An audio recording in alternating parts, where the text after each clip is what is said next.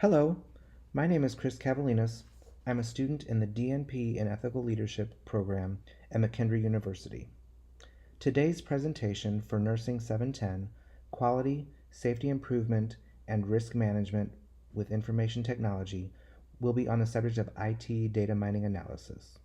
Specifically, patient safety and satisfaction as it correlates to the Hospital Consumer Assessment of Healthcare Providers and Systems, or Hcahps, scores around the discussion of medications and their side effects. Historically, the surgical floor this presenter manages has struggled with fluctuating Hcahps scores. When analyzing these scores, medications, as it relates to the explanation of the medications and their side effects, has been consistently a poor performing metric. Understanding and increasing this metric would increase the overall performance of the unit. This presentation will further explore this metric through the phenomenon of data mining. There are four main outcomes to achieve by the conclusion of this presentation. These outcomes are to define and identify 6 aspects of data mining, define and describe the 5 V's of big data, understand the benefits of medication teaching, and identify the barriers to medication teaching. Per Jones, Polk, Gianfrido, Evans, and Perry, 2018, historically, randomized controlled trials have been the driving force for healthcare decisions. While this method is successful at evaluating the effectiveness of a treatment, they focus on a selected population in a controlled setting. Collecting real-world data around effectiveness and safety produce a more accurate evaluation of the treatment. Obtaining this real-world information can be accomplished through data mining. Having read about data mining in McBride and Tietze, 2016, how did these authors define data mining?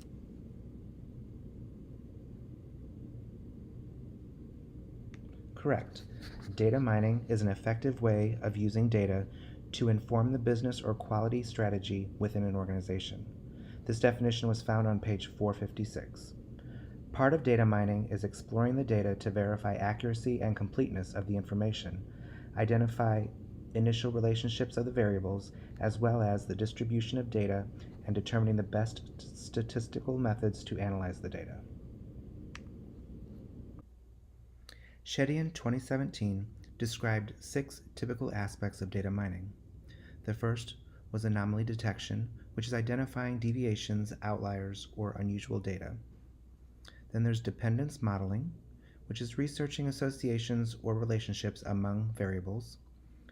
Clustering, which is discovering data that is similar without using recognized structures.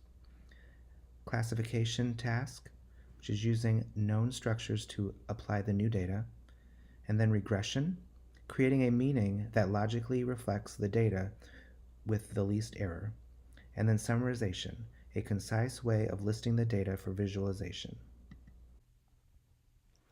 It seems in discussing data mining, it's only appropriate to also bring in the term big data. How would you, the audience, define big data? Giacalone and Scipicercola, 2016, defined big data as digital collections of activities within communication and information technology obtained through recordings called logs of service. These logs include phone calls, messages, short texts, and digital locations. There are 5 V's of big data: volume, velocity, variety, variability, and virality. For volume, by 2020 it's estimated there will be 35,000 billion gigabytes of data. That's a lot of data. And then velocity, the data must be analyzed immediately after the information is pulled. A delay will render the information obsolete. Variety, there are many forms of data as previously mentioned, such as phone calls, messages, texts, videos, financial data, blogs, etc. Variability, the information must be placed into context because the same data could have different meanings based on the context. And then virality, big data can grow exponentially in a very short amount of time. One of the larger obstacles to big data is the ability to process and analyze unstructured data. In October 2013, Hcahps participation became mandatory for hospitals participating in the Center for Medicare and Medicaid Services Hospital Value-Based Purchase Program, HBVP. The HBVP is a reimbursement system used to improve healthcare quality and transparency. Many hospitals receive 35 to 55% of their income from these reimbursements. Understanding and increasing this Hcahps metric would increase the overall performance of the organization. The standard questions within the Hcahps looks to describe the impact of the patient experience, both good and bad. Unfortunately, this survey does not reveal the reasons that impacted their satisfaction or dissatisfaction. Varanasi and Taniri states satisfaction is subjective and depends on the patient's ethnicity, pain, problem, age, income, gender, education, urban or country setting, etc.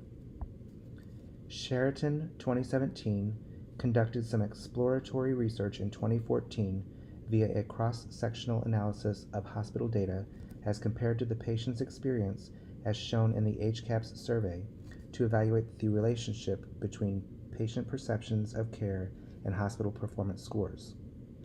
They used patient-centered metrics as the dependent variable and total performance scores as the independent variable. The findings were not surprising to this presenter and clinician. The clinical processes, efficiency, and outcomes of the hospital had little effect on the patient's perception of care, but the total performance scores had a positive correlation with patient perceptions. Take a minute to think of some ways missing medication and side effect education could impact the patient.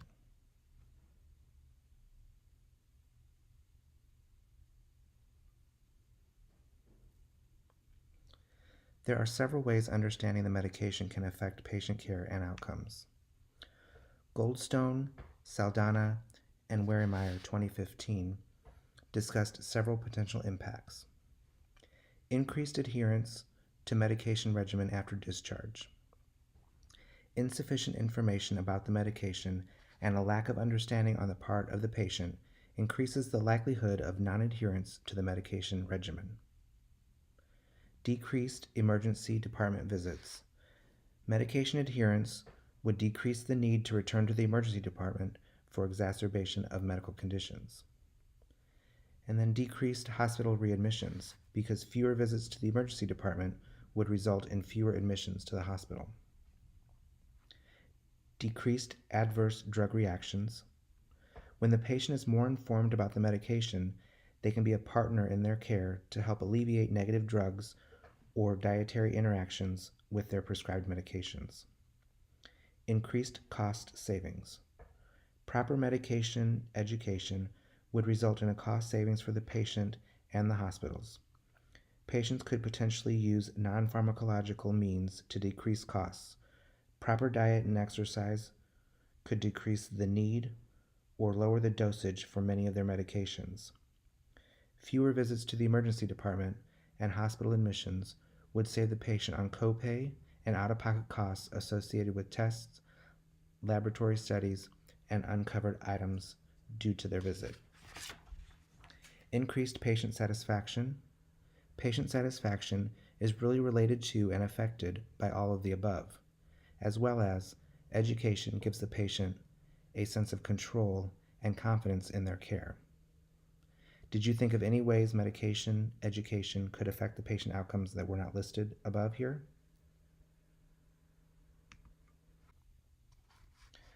With all education, there are barriers that need to be identified in order to work towards minimizing or overcoming them.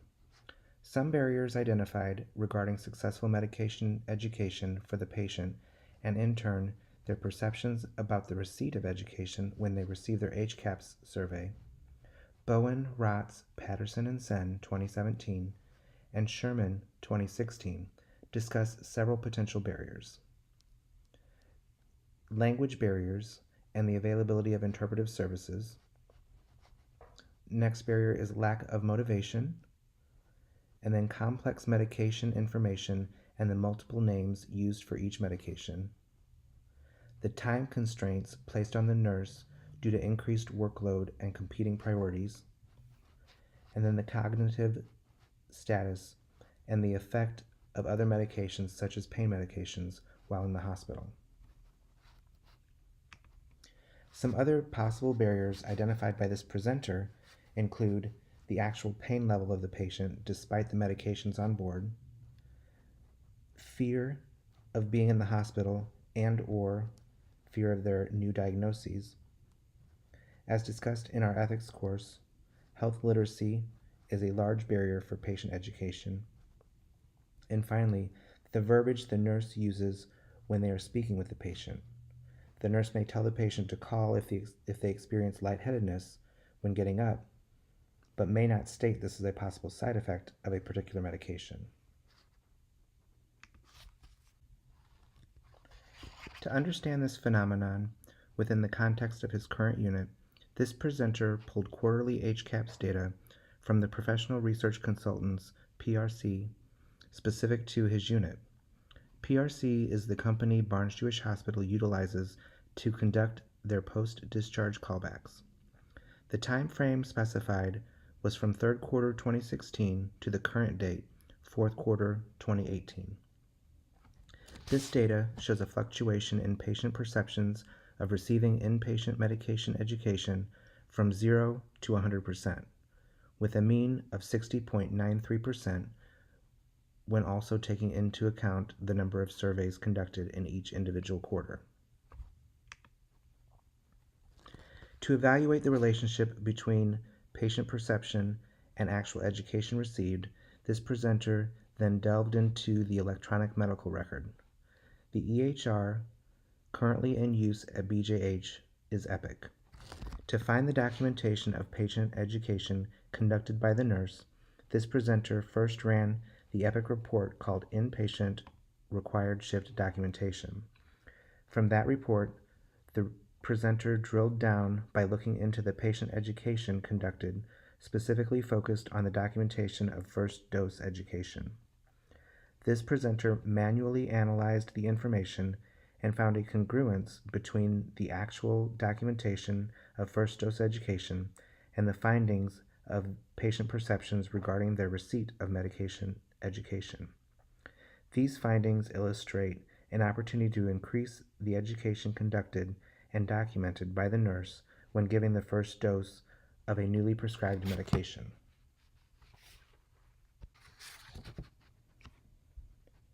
Medication education is extremely important in the care and treatment of patients in order to obtain positive patient outcomes.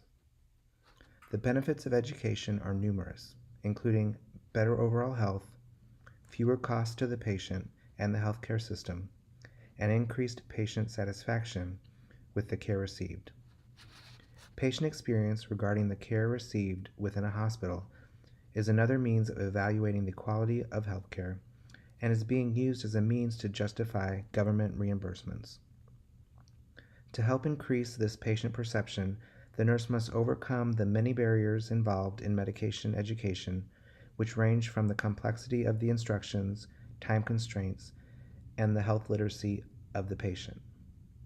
By discussing this information regarding the benefits and barriers to medication education, as well as reviewing data mining and big data, the intended outcomes of this presentation were achieved.